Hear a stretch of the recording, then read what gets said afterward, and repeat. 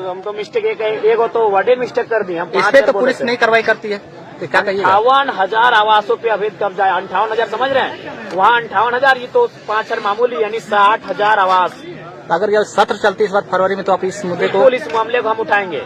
इसीलिए मैं मानता हूँ कि हमारा ये रास्ता थोड़ा सा टेढ़ा है, रास्ता थोड़ा सा लीक से हटकर है, लेकिन इंसान मजबूरी में इन रास्तों पे आता है। ये देखिए, ये आज का पेपर नहीं है, ये कई महीनों नहीं, हमें लगता है वर्षों पुराना पेपर है, जहाँ स्पष्ट लिखा है, ये इस देश का एक सम्मानित अखबार है, प्रभात खबर में छपा है जी, धनबाद संस्करण में छपा है कि 58,736 आवासों पे कब्जा है, जिनमें तो समझ सकते हैं ये धनबाद का मामला है लगभग 60,000, और यहाँ बोकारो ने सिर्फ बेरमो का मामला है 6,000, फिर बोकारो सेल की बात करेंगे तो ऐसे अनगिनत कब्जे हैं। तो हम और एक पेपर दिया गया है, ये बेरमो वाला, सीसीएल के 5,500 क्वार्टर पे कब्जा है।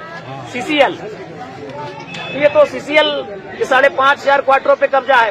तो जो लोग हमें संविधान की पाठ पढ़ा रहे हैं, जो लोग हमें संविधान का ज्ञान दे रहे हैं, उनका ज्ञान इन सब विषयों पे क्यों नहीं है? ये कौन सा संवैधानिक कार्य है? 60,000 आवास पे कब्जा, 5,500 आवासों पे कब्जा, तो ये तो दुर्भाग्यपूर्ण है। बेरमो में, धनबाद में, बोकारो में असंवैधानिक कार्य, बल्कि पुलिस प्रशासन के संरक्षण में असंवैधानिक कार्य हो रहा है। तो अगर कोई संविधान को ताड़-ताड़ कर रहा है तो संवैधानिक लोग कर रहे हैं। यहाँ पे क्या कुछ मामला है? देखिए, जब हमारी जनता पे समस्या आएगी हम उठ के आएंगे। 2 बजे रात को भी हम इसीलिए आए थे कि उस समय प्रशासन हमारे जो यहाँ रैयत हैं, ग्रामीण हैं, विस्थापित हैं, उनके साथ दुर्व्यवहार कर रही थी। आप पे आरोप लगाया जा रहा है कि आप अवैध कब्जा कर रहे हैं। हम कब्जा क्या करेंगे कि हमको इन सब घर में हमको रहने का कोई शौक भी नहीं है, हमको क्वार्टर का कोई शौक नहीं है। हम गांव देहात में रहने वाले लोग हैं, वो गलत तरीके से चीजों को प्रस्तुत कर रहे हैं। यहाँ मामला ये है कि ग्रामीण लोग, चूंकि यहाँ जो ग्रामीण लोग हैं, जो रैयत विस्थापित हैं, ये उनकी लड़ाई है, ये उनके स्वाभिमान की लड़ाई है। यहाँ लगभग 5,500 क्वार्टर ऐसे हैं जिनमें लोग अवैध तरीके से रहते हैं। ये मामला यहाँ महत्वपूर्ण है।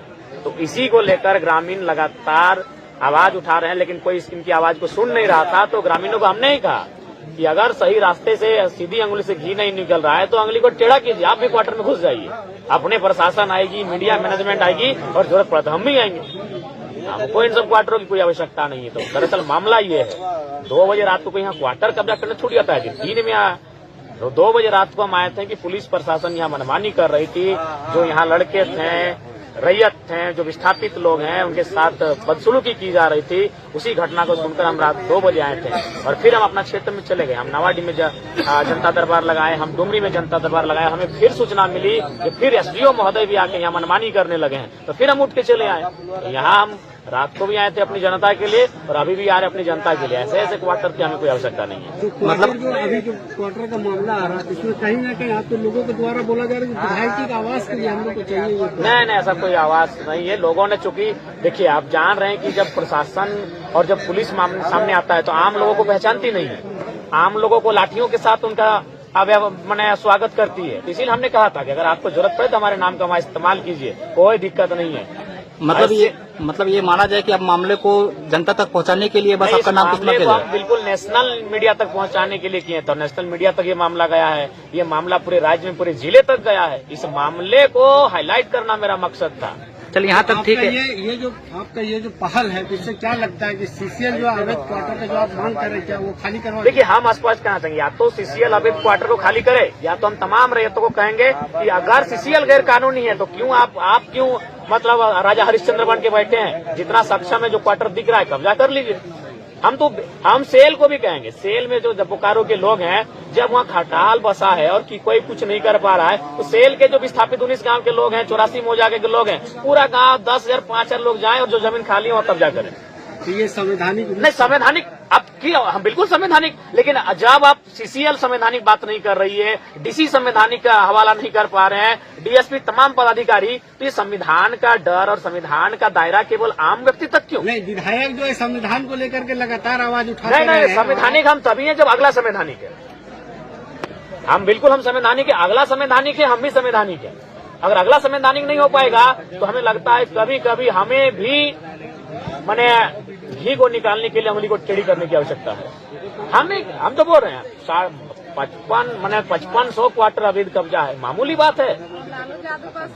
और ये क्या मामला है कि मान के चलिए कुछ लोग जो बड़े नेता कहिए, बड़े माफिया टाइप के लोग कहिए, वे लोग 7-8 क्वार्टर ले लिए हैं और 1 लाख 2 लाख में बेच रहे हैं उन क्वार्टरों को। तो गलत और असंवैधानिक तो वे कर रहे हैं और सीसीएल को जानकारी है। तो जब भारत देश की एक मान्यता प्राप्त संस्था जिसको हम सीसीएल कहते हैं, अगर वो असंवैधानिक है तो एक आम व्यक्ति कितना संवैधानिक रह पाएगा। इसीलिए संविधान, जब सभी लोग संविधान का पालन करेंगे तभी संविधान की सुंदरता रहती है।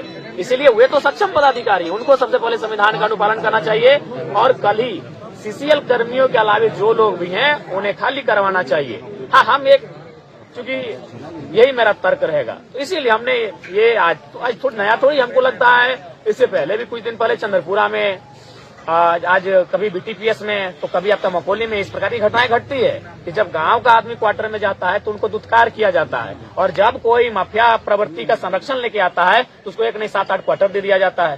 तो एक्चुअली से लोगों की बात कोई सुन नहीं रहा था और सही रास्ते से कोई सुन नहीं रहा था, तो मानते हैं ये रास्ता थोड़ा टेढ़ा था, लेकिन मामले को हाईलाइट करने के लिए ऐसा करना पड़ा। पर मामले को देखते हुए ऐसा लग रहा था लगभग 4 से 5 थाना का पुलिस आई थी। तो नहीं, ये सबसे बड़ा दुर्भाग्यपूर्ण है कि आप सोच सकते हैं कि ग्रामीणों के पक्ष की तरफ से एक विधायक बैठा है और फिर भी उनका व्यवहार कैसा है, तो आम व्यक्ति के साथ क्या व्यवहार होता होगा। ये कोयलांचल में क्या मनमानी हो सकती है। ऐसे ही नहीं इतने नेताओं का कत्ल हुआ है, उसमें पुलिस प्रशासन का भरपूर योगदान होता है। नहीं समझिए, ठीक है, जनता सही है कि गलत है उसका चर्चा हम बाद में करते। इनकी तरफ से एक विधायक पक्ष लेके आया है तो कम से कम मैनेजमेंट को सामने आके बात करनी चाहिए थी, एसडीएम को आके सामने बातचीत करनी चाहिए थी। विधायक जी, ये ठीक नहीं है, ये उचित नहीं है, आप लाठी लेके पहुंच गए। कुछ लोग बोल रहे थे महिला पे लाठी मार रहे थे, महिलाओं पे लाठीचार्ज हुआ है, इनकी चूड़ियां तोड़ी गई है, इनके हाथों में चोटें लगी है, बॉर्डर जैसा माहौल बन गया था यहाँ पे। बिल्कुल, ये बहुत ही दुर्भाग्यपूर्ण है। तो वही तो हम बताना चाहते हैं कि वही हम बताना चाहते हैं, वही हम बात अपना रखना चाहते हैं कि एक विधायक ग्रामीणों और रैयतों के पक्ष के आया है, पक्ष की तरफ से आया है, सो इनके साथ ये दुर्व्यवहार है, तो आम व्यक्ति का क्या हाल होता है। आपका अगला कदम क्या होगा? हमारा अगला कदम यही होगा, अब हम लोग कानूनी प्रक्रियाओं से और इस प्रकार के दोनों, हमारा एक टीम कागजी कलम और कोर्ट के सहारे इस मामले को लिखित रूप से लेके जाएगा और एक टीम हमारा इसी प्रकार आंदोलनों के माध्यम से जो गलत तरीके से जो चीजें चल रही है उनके खिलाफ अपनी आवाज, मतलब एक तरीके से कहा जाए अवैध कब्जा खाली करो अभियान चलेगा। चलना ही चाहिए, गलत बात है। क्यों अवैध कब्जा भाई, क्यों अवैध कब्जा? भी 1-2 नहीं 5,500 क्वार्टर, और धनबाद में भी शायद 6 हो, हम बोले थोड़ा 13 नहीं, हमको लगता है ज्यादा, वहाँ 8800 कुछ आसपास है। पुलिस वही लोग को संरक्षण दे रही है। तो चूंकि पुलिस संरक्षण उन्हीं लोग को इसलिए देती है क्योंकि पुलिस की माफियाओं का आगे नहीं चलती है, और कोयलांचल में जो है, जो दबंग प्रवृत्ति के लोग हैं, माफिया प्रवृत्ति के लोग हैं, उनके हाथों में कोयलांचल है, इसीलिए आम व्यक्ति सताए जा रहे हैं ना। तो अगर आज आम व्यक्ति की आवाज को उठाने के लिए आज ये 70 वर्षों से सही रास्ता चयन कर रहे हैं, आज ये 1986 से, कोई 1985 से सही रास्ता का चयन कर रहा है। बताइए, हम तो धनबाद, ये धनबाद का भी ये 5 58